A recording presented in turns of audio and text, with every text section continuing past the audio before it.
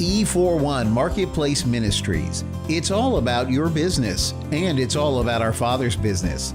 It's ministry outside the box. No matter what your role is in the business world, E41 Ministries is a special place where we can walk worthy of the vocation wherewith we are called, just as Ephesians 4:1 commands us. In today's busy and frenetic world, it's a blessing to know that God has a plan to bring hope, comfort, and peace through Marketplace Ministry. The E41 Marketplace Ministry of the Fellowship. It's a kingdom-building business. I'm Kerry Fink with E41 TV. And E41 TV is an outreach of E41 Marketplace Ministries, which itself is an outreach of the Fellowship in Dallas, Texas.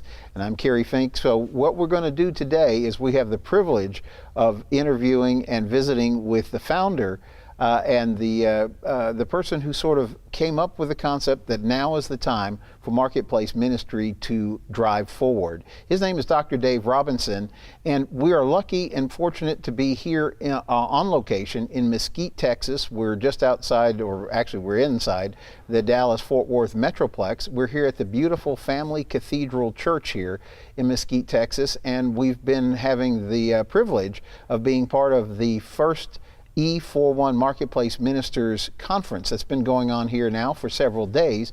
And it's been a time where people both who are full-time working with the church directly and also the people who are full-time in ministry in terms of being very active in the church but also in their own marketplace on a Monday through Friday basis the rest of the week have all come together to get some equipping, some training, some insight into what E41 Marketplace Ministries is all about. And if you're not familiar where the name E41 comes from, that's from Ephesians chapter 4 verse 1, which is walk worthy in the vocation to wherewith ye are called. And it's really about taking what we learn on Sunday in a church environment from our pastors, from our own studies, all the things that we do to improve ourselves in the Word, and then really making that a benefit to the people that we are called to speak to in the marketplace. So with that, let me welcome you, Dr. Dave Robinson, and thank you for taking some time to be with us. How do you think it's been going with the conference? I think it's been incredible. Thank you, Kerry. Yeah, it's been an outstanding time together with Pastor Harry Sewell and his staff and the great people here at Family Cathedral. Even though it's our first conference, we've been working on this now for about 10 years. Right. And so I think it's going great. Yeah, the attendance has been quite good, and it's been very interesting to hear the testimonies of people who are not only some people, this is confirmation of what they've already sort of intuitively understood their position to be, and for others it's like a release, like now I feel like I can roll forward. I know what my assignment is now. And so you've really encouraged a lot of people in that direction. It's been interesting to hear some of the testimonies. One of the things that I thought was very insightful is that the leadership of the church here is very much, I would say, very much cutting edge, because they recognize the potential of empowering their congregation to take what they're learning through their participation in the church here, but to really apply it on a practical level out there.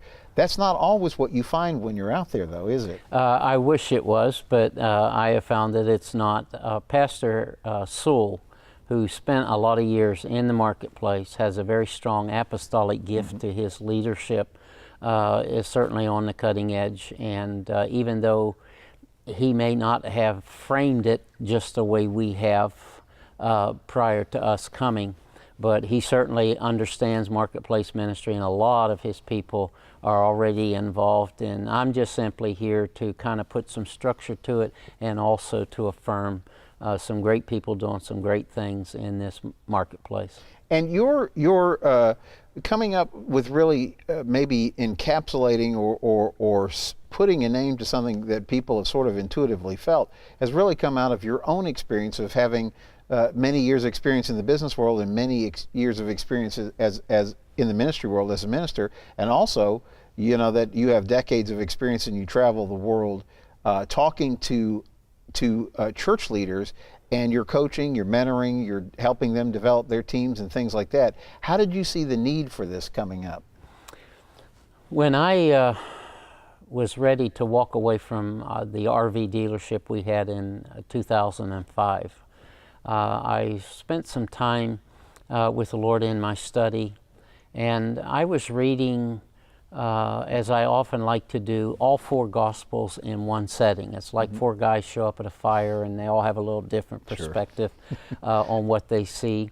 And I was taken this particular morning with Mark's passion for evangelism, with Matthew's passion for discipleship and making disciples of all nations. And I came across in Matthew 20, verse 6, the story that Jesus was telling about the man who went out at the 3rd hour, the 6th hour, the 9th hour, and again at the 11th hour and said, "Why are you standing all day idle in the marketplace?" And that ended up to being about a 6 or 7 hour conversation with the Lord that day, and out of it came the book, the first book I wrote, Idle in the Marketplace at the 11th Hour, because I saw the need to translate the power and the energy that so many churches have on Sunday morning to the marketplace Monday through Saturday.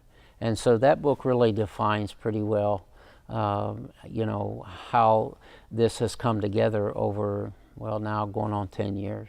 You know, I want to comment about that. This book, Idle in the Marketplace, is really, you know, you've had the table back there where people have come out of the sessions and they've been very, very interested in what's a good place, what's a good place for me to begin. I want to walk further in this. I'm encouraged, I'm enthusiastic. And so this seems to be the book that they're really interested in, from the standpoint that this kind of gives them the why as to the importance of what we're doing with this. Can you talk a little bit about what people will get out of this book? And I want to also let you know that this book, you can visit E41ministries.com, and there are links to take you right over so you can acquire this. I think there's an ebook edition if you want to have it on your Kindle. I think you can also buy a print copy, etc. And you'll find a lot of wisdom in here. But tell us a little bit about what are the things that people will expect to find in this book. Primarily, they're going to be exposed to the idea that every nation, every region, every city is controlled by three entities. The business community that pays for everything. There are people that, whether they know it or not, God has gifted them to create wealth, according to Genesis. So they pay for everything. Then the second entity is the government, where people pass the laws and regulations that control the people. And then there's the educational institutions, especially at the university level, where they determine the values and philosophies that both the business people and the government people operate with. I have a quote in there from the Humanist Manifesto, written in 1933, which has really become the doctrinal statement for the secular humanists, which America now is really struggling with, as all of Western Europe and other places around the world. But I give you practical application on how you can become an effective marketplace minister, that you have a real calling. You're not a lay person. You are actually a called minister of God.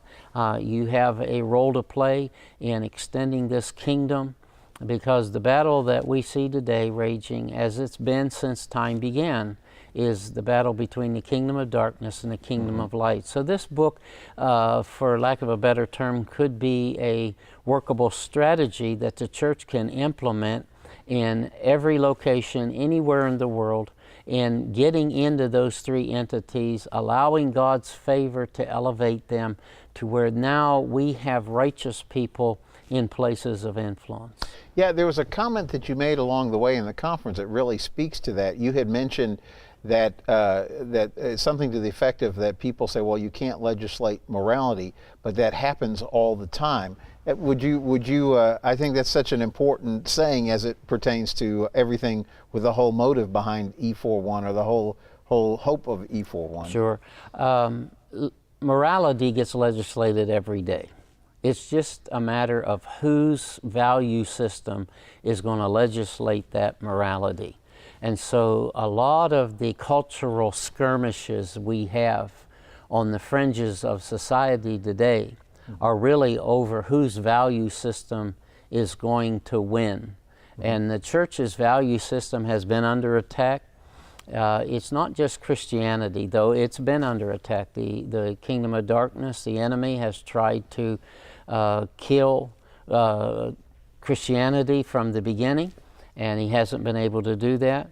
But he has gained a foothold in places because Christians have allowed their value system to be pushed out. And we need to get our value system back in the place where now it's the Christian value system that's going to legislate whose morality is going to reign supreme, both in the schools, education, business, and government.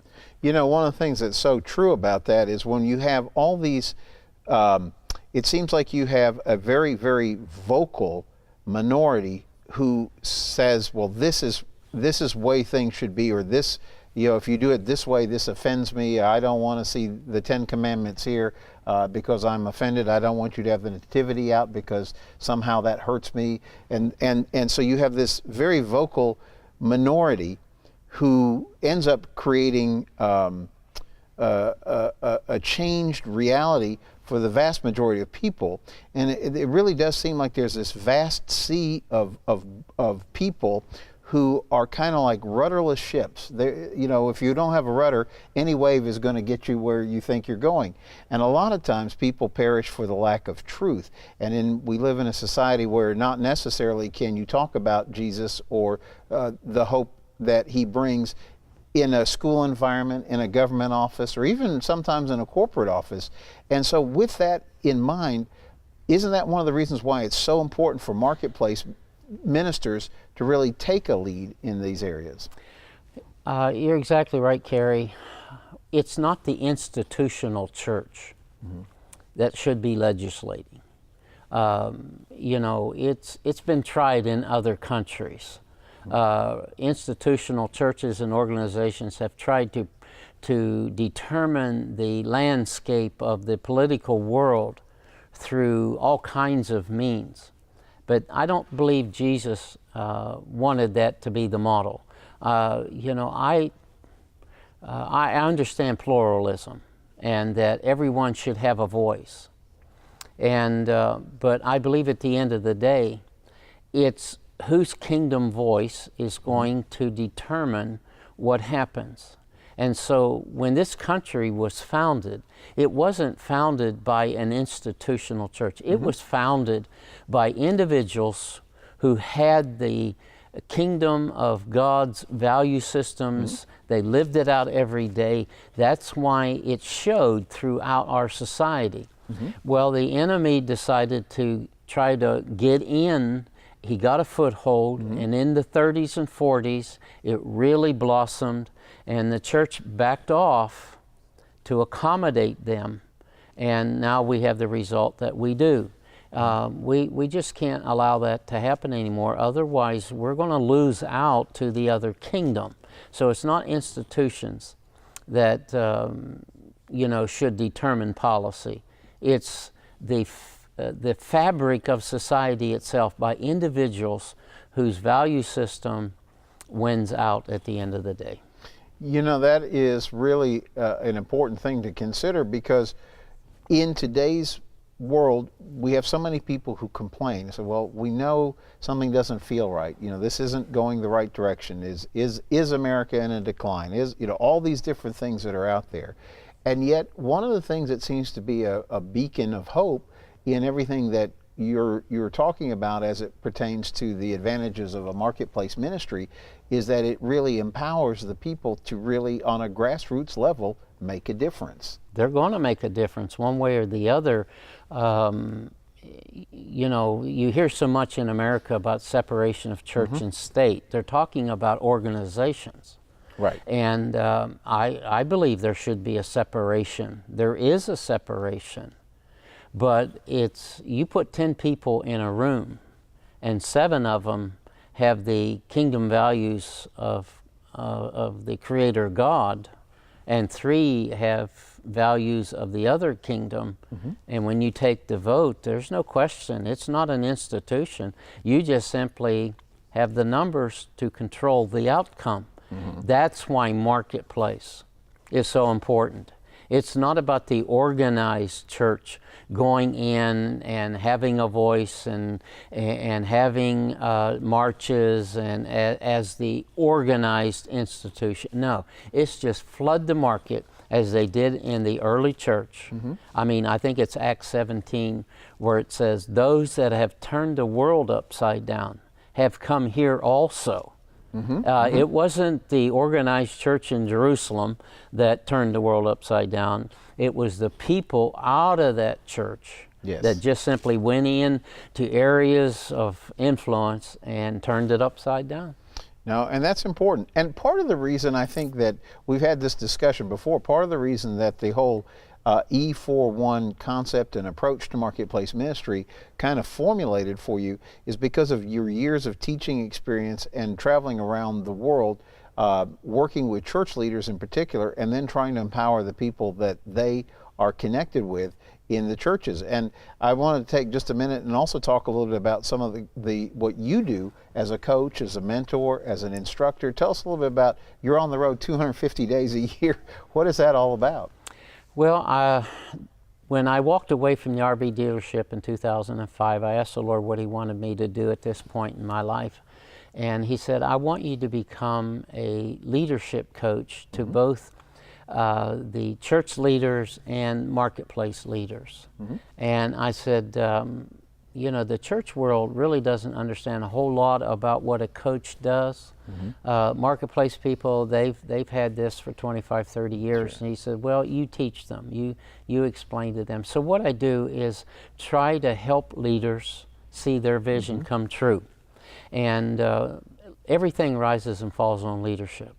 And so there are leaders who create the future, and there are leaders who manage the present. There are two kinds of leaders. Everyone's a leader through the influence. In the marketplace, you're either leading people closer to Christ or further away by how you live out there.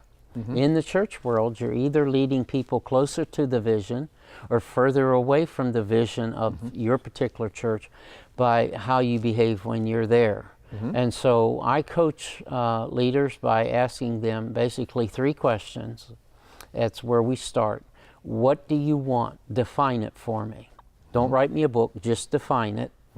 And then question number 2 is, what do you have? Don't spin it. There's not a right or wrong answer. It is what it is. I say all the time, unless you're willing to be brutally honest with present reality, you're not ready to move to the future, whether it's tomorrow or 5 years from now.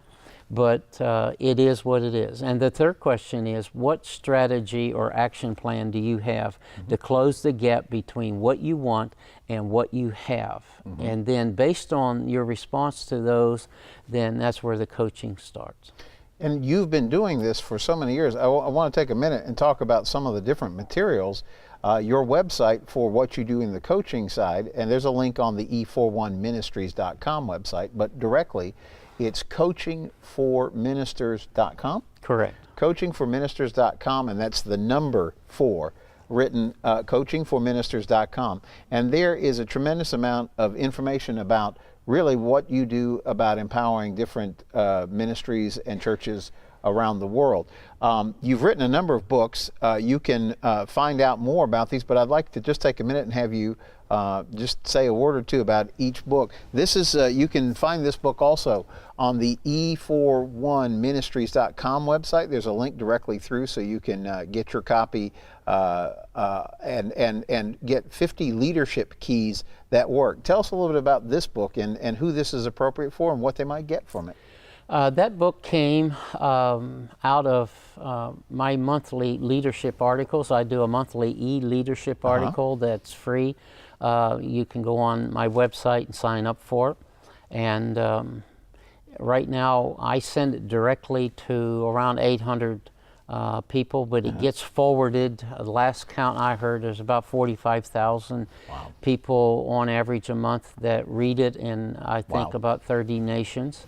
And so people ask me, do you have any of the back issues? And so I put 50 of them in a book, and that's what that one is 50 leadership keys that came from the monthly articles. Okay, very good. And I think also you invite people to, if they're interested, they can get on your mailing list, right? And get copies of newsletters and things? Oh, absolutely. Yeah, they can go on my website and ask for them, and I'll be glad to send them. Good. Here's another one that is also very appropriate for leaders. It's called 100 Leadership Nuggets. Can you tell us a little bit about this one? Yeah, I post fairly often on Facebook and Twitter. And again, people ask me, you know, do you have something in book form? So I took 100 of the leadership posts and put them in that book, but there are 3 more volumes that are coming. I want to have 365 leadership nuggets, one for each day, and then also in that 4th volume there'll be a summary then of leadership principles. But yeah, you can follow me on Facebook, just David Paul Robinson, and on Twitter. I'll post some things on there as well. Good. So that's where that one came from. And this is a unique item here. This is this is actually a thumb drive, and you described this as actually having sort of a master's degree, almost the equivalent of one, on a thumb drive. What will somebody find here? When I began to coach almost 10 years ago now, I began to see a pattern of challenges in every leadership situation, and so I created a library. I have over 80 sessions and PowerPoints, and I took what I call C4M's top 40 and put them on the thumb drive. There are 40 different sessions on leadership, everything from what a leader ought to know to what are the 7 traits of great leaders, and the list goes on and on. But there are 40 sessions there, about 35 hours probably of leadership material that I've created. And if you're a leader, whether it's a lemonade stand on the corner or General Motors, there are things in here that I think you would find beneficial to your leadership challenges. Okay, and again, you can find out information about all of these items by going to E41ministries.com or directly to Dave's leadership website, which is coaching4ministers.com, and that's the number 4 in the middle, coaching4ministers.com. So there is a lot that's going on in terms of bringing this level of teaching and empowerment to both the church leaders and the people that are actively interested and involved in getting the kingdom, the good news about the kingdom out. What kind of advice would you have for somebody who is maybe, they literally are employed, it's their full-time paid, that's how they pay their power bill, they work at the church. What would you advise them to do? What's a good step in their development? Are you talking about church leaders? I'm talking about a church leader, somebody who is working full-time in ministry as a paid person in the ministry. In addition to what I call the hatch, match, and dispatch ministry, which is part of what we do in the church world. We dedicate babies, we do weddings, and then you know what dispatch is. We send them home to glory when it's their time. We encourage people. We, you know, you're there to respond to people. It's what I call watching the radar. Whatever's on that radar on any given day, you never know, and you respond to that. That's part of church life. But I would encourage church leaders to go beyond that. And if you really are called by God to lead a local church, then you need to create some things that get on that radar on purpose. And you do that through apostolic leadership. And you need to be intentional and understand the real assignment in Ephesians 4:11-16, where God gave some to be apostles, prophets, pastors, teachers, and evangelists for equipping the saints. What saints? Ephesians 4:1 saints, for the work of the ministry. Now, what we do in the church building and around that campus is what I call church work. That prepares us to do the work of the church in the marketplace. Yes. Make sure you keep a balance between doing church work and the work of the church. That's very good. That's wise advice. Now let's turn it and talk about somebody who perceives themselves as a marketplace minister. They may not be, quote, drawing a paycheck, so to speak, from their church work, but they're vitally interested in doing all they can to help the church. They feel like they want to play an active role, but they make their living in the marketplace. What do you say to them? What's the next step they should take? Well, two things. One, don't take your church family and your pastor and those who are over you, according to Hebrews 13, in the Lord. We're to honor them, love them, salute them, obey them. That word, you know, that a lot of people struggle with, obey them. I mean, that doesn't mean they're your master, but they are your pastor, and they're to be honored, and respected, they're there to help you. You're to serve your church family. When I was growing up in the home and I got to about 11, 12 years of age, my dad said, David, it's time for you to begin to contribute around here. So it's not about just going to church and taking up space on a pew. It's about going there to serve your church family. We need to do that. But we also need to understand that our real ministry and calling is out in the marketplace. And it begins with what I call, Kerry, being sensitive to what's going on around you in the spirit world, not just in the natural world. So I encourage people, take a little yellow sticky note, put it up on your mirror or your doorpost where you can see it, and simply pray that every day, Lord, help me be sensitive to those you're going to put in my life today. And then if you do that, I can guarantee you that 30 days later, you're going to begin to sense divine appointments almost on a daily basis. And then just simply respond as the Holy Spirit would have you respond. We've made ministry in the marketplace either too intimidating or we just forget it altogether. But I really believe that if we'll do that, God will help us and guide us, and all that we learn and get when we come together to celebrate as a church family will be even more powerful when we go to the marketplace Monday through Saturday. That's a great place to close this show. What a good way to think about it. So thank you, Dave, for being with us here today, and thank you for joining us today on E41 TV. And may God bless you.